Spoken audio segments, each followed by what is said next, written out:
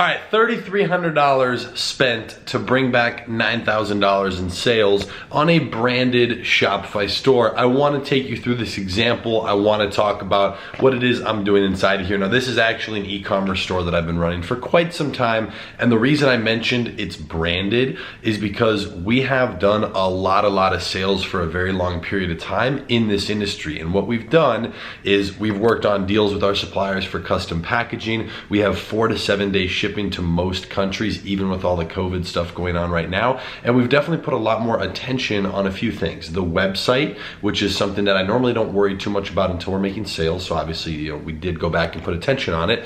The product description on the website, meaning custom content. So what we do is we kind of recycle some of our ad content and just imagine a video ad without the text, right? You just take everything out and just have a video displaying the product, what it is, its benefits, things like that, and put that in the product description. And then of course the third thing is the content. So custom content has been huge. I actually want to show you this real quick just as an example so you can kind of see. I mean, this is just how I name some of these CBOs.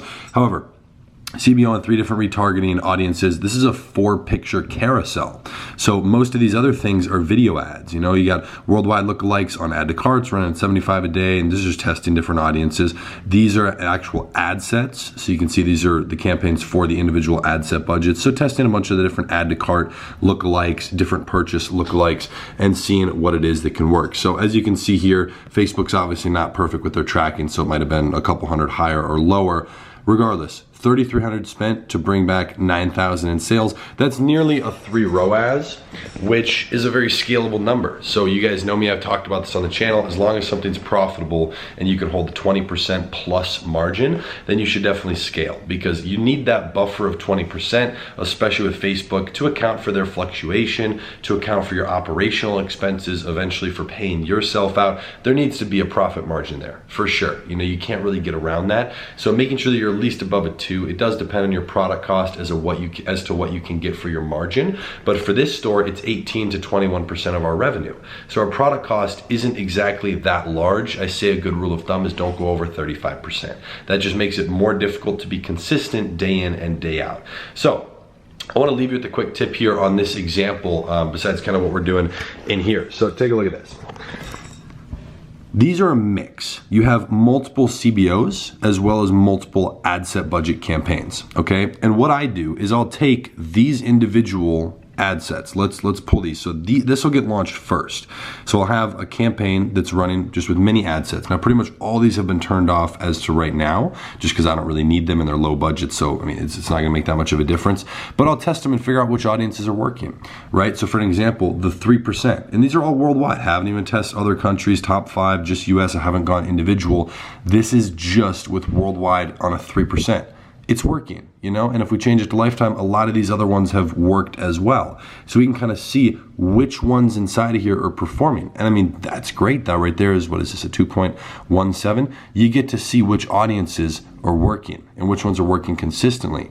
So for an example, 1, 2, and 3%. That's back to back, right? 1, 2, 3 is in a row. So I'll go take 1, 2, 3 and stack those in by itself. I'll test with 5% in there with 4 ad sets. I'll do 2, 3, 5. I'll try 2, 3, 4. I try every combination, and you'll see me stacking those over inside of these CBOs. So let's go back here to the last few days, and I just want to show you guys this so you know I'm not playing any games with you. Over here, this is kind of my base starting for CBOs. So you see a lot of $100 a day, a lot of 50s. I normally don't go to 50s, or I think there's 175 in here. I normally don't go under 100. The reason that I did on here was because for some reason I noticed this, and I noticed it across multiple Facebook ad accounts. And this is a newer ad account for this store. It's not the only one. But I noticed for multiple ad accounts, Facebook was fluctuating a lot in the past like 7 to 10 days. So a lot of the $100 a day new CBOs that I was launching weren't performing very well. They would be inconsistent. I would have a 3.1 ROAS, then like a 0.79, then a 1.6. It was too much fluctuation to really make a decision on the CBO. So I started cutting back. I started killing stuff faster. I started watching very closely at the ad set performance inside of those CBOs. And again, these are just basic CBO testing. These are only like 3 to 5 ad sets in there, minimal budgets, nothing crazy. Some of them running dynamic creatives to test multiple video ads. But I wanted to get a base of audiences working. So a lot of those 50 and $75 a day CBOs did start performing consistently, and that's good. And so I'll take that approach and then directly raise the budget. So the key here is when you're starting your ads, test as many audiences as you can, start stacking those into CBOs. If they're working great, keep rocking with it, keep duplicating, increasing the budgets, go through whatever scaling strategy you're following or that you created, and then continue doing that on all the different variations of the audiences. It's really not that hard to get your Facebook ad spend up to $20,000, $30,000, $50,000 a day by doing that strategy of just mass audience testing. It's a very easy, very profitable way to do it. And as always, make sure to, during that process, be launching new creatives. As many new videos as you can cycle in, as many new pictures, try all of those on the audiences that are working, try them on new audiences, do retargeting with them. Anything fresh that you can launch will benefit you. So that's why I have people now, it's not a full-time position inside of my company, but I mean, it's a part-time thing where I pay pretty well to get new video ads. You know, I mean, I just got 3 in my inbox, this is yesterday or 2 days ago. I try to get 3 new video ads a week and 3 new pictures a week for every single product that we're running on this store.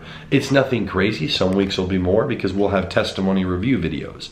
So we'll try to get as many different things as possible, but especially if you're at a higher level of scaling and you're spending a lot of money, then you definitely need to be increasing the amount of new creatives that you get. So I know a lot of people have been asking Facebook ad questions. Hopefully that answers and gives kind of a little bit of an example on what it is I'm doing inside of a fairly new ad account that's only spending like $1,000 to $2,000 a day as it's getting going for one of these brands. All right, so if you have any questions, feel free to leave it in the comment section down below. Would love to help you out there. If you enjoyed this video, I would greatly appreciate it if you smash the like button. Don't forget to subscribe, and if you want to check out some of our resources linked below, you can grab our Facebook ad program or a custom built Shopify store that already has winning products on it like this one that are ready to go. The store is ready to convert, and all you have to do is pick your name, buy your domain, and turn on your ads. All right, so with that being said, again, let me know if you have any questions. Make sure to drop a like, and I'll be seeing you in the next video.